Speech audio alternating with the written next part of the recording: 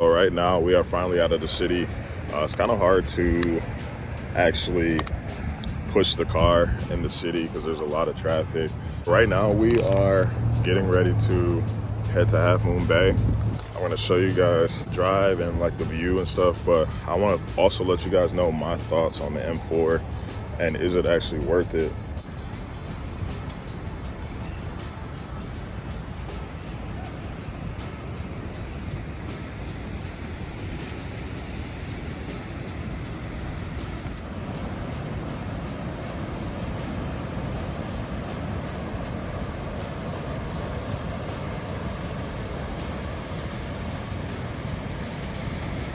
As far as everything, I'm sold.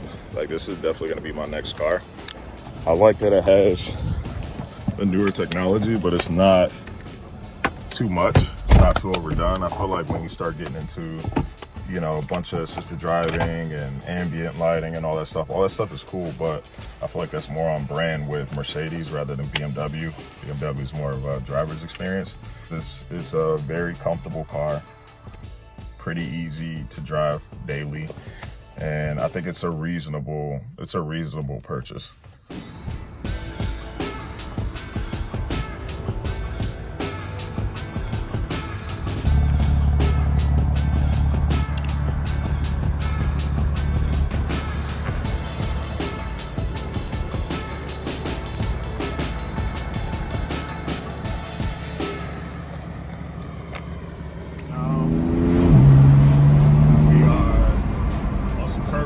So this is actually perfect. I'm getting to find out, how does this car handle?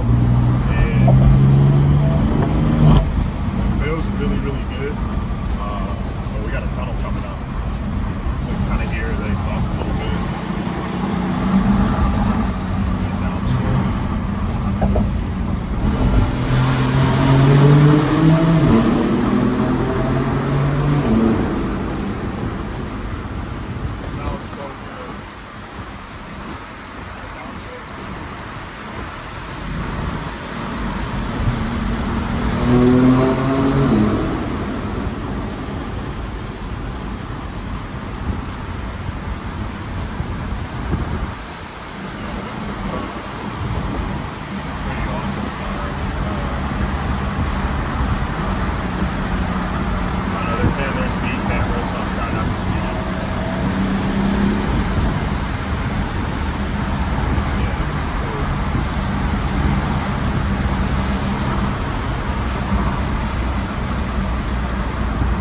Right now I have pretty much everything on Sport Plus. The steering, the shifting, actually yeah, the shifting is on all.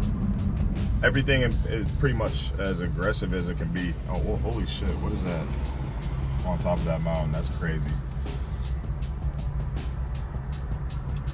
But yeah, so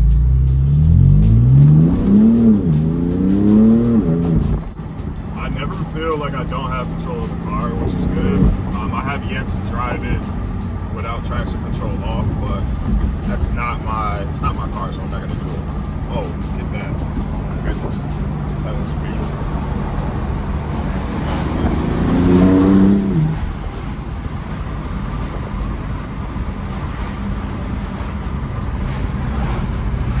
Okay, so one thing I can critique about this car is how the steering feels. It's not as heavy.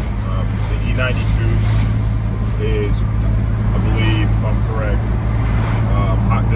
this is a hydraulic steering, and the E92 does not have the hydraulic steering, and it kind of feels a little artificial. It's not. It kind of feels like it's helping you a little bit, so you're not as connected with the road. But I mean, it's pretty much the same thing as everybody else says. But as far as a car that should be a daily, this car definitely is a great daily, and if you want to get on it, you can do so. So I'm pretty much sold on this car, and they're going for reasonable prices. I mean, you can find them $40,000 and under, depending on the mileage.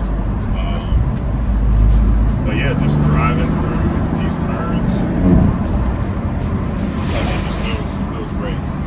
So this was an amazing experience, and I think the best experience about it was being able to find out if it's a daily, because we drove to the city of San Francisco. There's a bunch of hills, there's a bunch of stoplights, and it felt like a normal car. When you turn everything off, you turn all the assistance off, it is literally, it feels just like a Camry, you know, so that's great.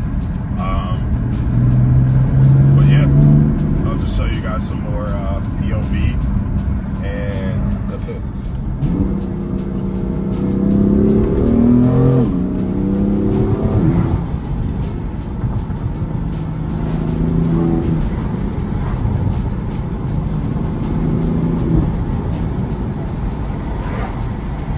Down the window so you guys can hear the exhaust. I wonder what this thing sounds like. I know it's not the best sounding M car.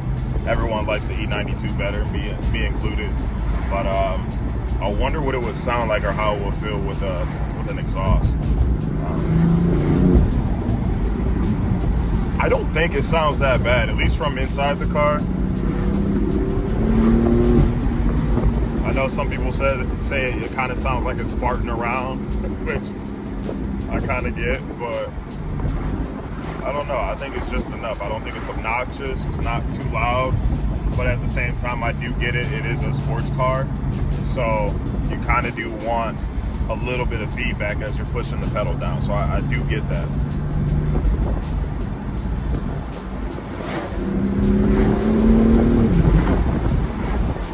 I did have one scary moment though. Thank goodness I had traction control on. I kind of did a baby pull, and we kind of went sideways a little bit, but I just let off the gas and steered it home, and it was cool, you know. So that's why I also decided not to drive this thing with the traction control off. It stopped my car, and obviously I like my life. I don't want to risk it by crashing, trying to drive a car hard that I'm just now getting used to.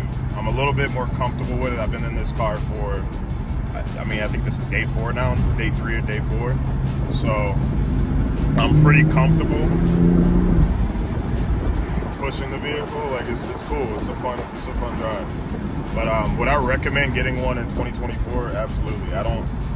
Me personally, I don't understand why the G80, yeah, the G80 M3 or G80 M4 it's a cool car. It's very, very fast. We know they're popular, but at the same time, if you're gonna spend, I don't know, $70,000 to $100,000 for a BMW, I just don't think that makes sense. If you're gonna spend that type of money, you just get a Porsche, or you know, try to find a higher mileage R8, or just build maybe something like this.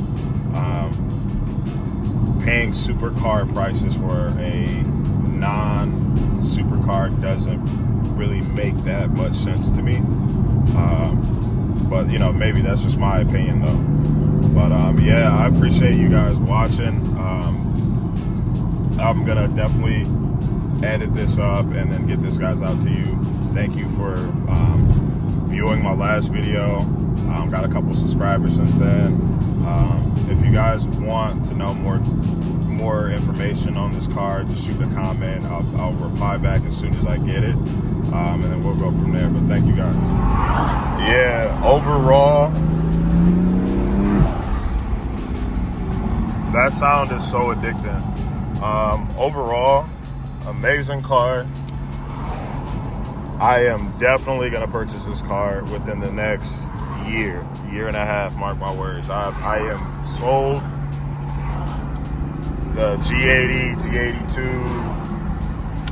I mean, I don't know. Maybe I'm saying that until I actually get the opportunity to drive one, but I am convinced that this is pretty much all you need. And this is a rental. I'm sure it's not tuned. It doesn't have downpipes, doesn't have an exhaust or intakes or anything like that. So assuming having this car with those 3 things installed is probably one of the best cars to own. And for the depreciation right now and what they cost to actually get into, I think it might be worth it. As far as maintenance costs, the only thing I am a little bit concerned about is you do have to spend $3,000. It's like around 32, maybe 28 to 3,200 on crank hub replacement, but obviously a lot of these cars are well over 100,000 miles, and there's no other issues that come up at least from what I hear, that you need to make sure that you maintain. So, you know, if you buy one for 35 grand and you get the crank hub done for preventative maintenance, you pay $3,800 for this car. I mean, it has all the assistance. This one even has a heated steering wheel, heated seats, heads-up display. I can literally see what mile per hour I'm going on the fucking windshield, which is amazing. Good leather quality, like the leather in here is amazing. I think it's worth what you pay for it, and that's pretty much it. So I'm gonna try to do some more point of view, some more POV footage, because we're gonna rip back through the attorney roads and be right off the coast before we go into the city, and that'll pretty much wrap it up. But yeah, so that's pretty much it. We're gonna finish my car, the E92. I mean, I would probably say it's 90% done. I have to do a little bit more maintenance, have to do the front brakes, and the interior is completely finished. I think we're gonna do a steering wheel wrap to match the suede Alcantara trim in my car. But look how gorgeous this is. I don't know if you guys can see it. At the beach.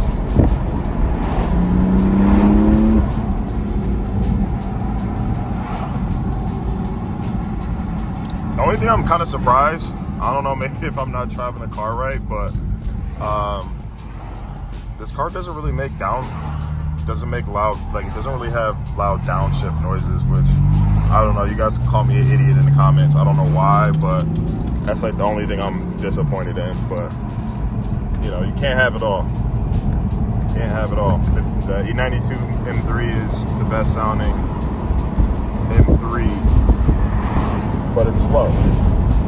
So you can't have it all. But look how gorgeous this is.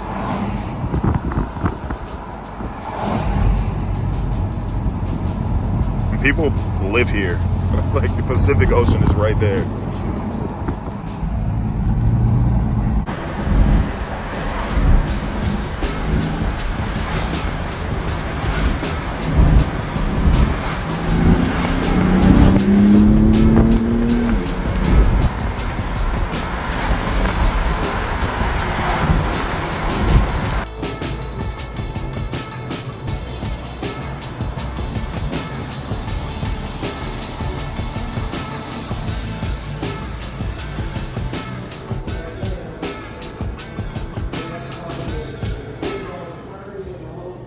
I'm actually at valet waiting on my car to get here, and there's actually a M4, might even be an M4 cop right in front of us, and I want to know you guys' opinion. So I am a fan of the F-Series over the G-Series. That's just me personally. Have that G-Series grown on me? It has, but I don't know, if you guys look at F-Series, I just think the F-Series is a cooler looking car, and like if I'm gonna spend 80 grand to 100 grand on a car, you might as well go supercar. You know? I think there's just better options. Or you can't even get an older Porsche. I don't think you need to spend 80,000 on a BMW. You know, at that point, I think you just touch Porsche territory, or I just think there's better options. But I'm gonna show you guys a comparison though, and yeah, man, I'm excited. So let's look at this thing, man. This thing is pretty sick. So here is the G82, which is crazy because we rented a M4, so it's literally the same car.